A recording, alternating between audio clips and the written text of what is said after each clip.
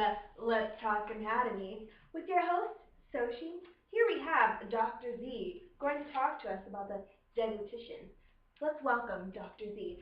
Hello. Hi. Nice to see you today. Hello, everyone. I'm glad to be here to share my love for anatomy. Thank you, Dr. Z. Well, let's first start with our first question. What is deglutition? Well, deglutition is the act of swallowing your food in which your food becomes a bolus. And from there, it travels from the esophagus down to the stomach to provide nutrients for your body. Interesting. Nice. That seems pretty simple. Yes, however, as simple as this may seem, there are 3 crucial phases in which the bolus must go through for this action to be complete. Please explain more. Well, I've created a diagram to give the audience a better visual of each stage. Shall you begin with your diagram? We shall. Okay. Okay, first we'll begin with the buccal phase. This is the first phase during deglutition.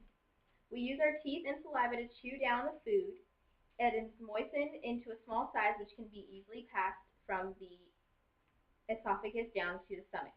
This is known as mastication. We'll use our tongue to push the bolus from the anterior to the posterior region of our mouth, also known as the oropharynx. Next, voluntary movement of the soft and hard palate will prevent the bolus from entering the nose. Cranial nerves involved with this action are the trigeminal, facial, and hypoglossal nerves. These nerves allow our face to feel the sensation of biting.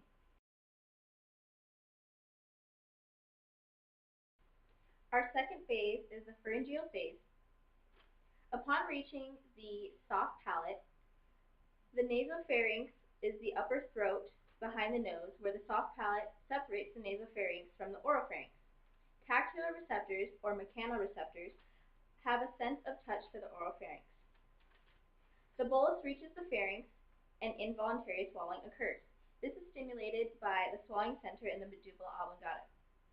The bolus is pushed further into the pharynx, and the muscles within the esophagus, mouth, and pharynx contract. This is also known as peristalsis.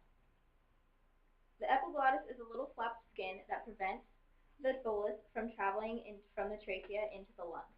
This is also known as food traveling down the wrong pipe.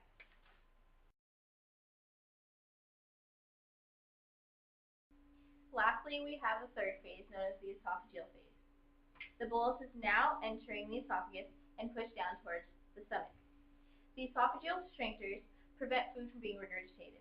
This action requires help from the glossopharyngeal nerve. This nerve provides movement, involuntary movement, from the tongue down to the pharynx. Now your food is on its way through the esophagus toward the stomach to provide nutrients for your body.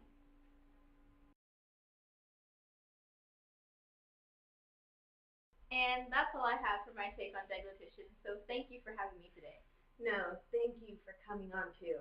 Let's Talk Anatomy, Dr. Z. As we continue, audience, check under your seats. You guys will be having a thunder bobblehead. Yes, you get one and you get one and you.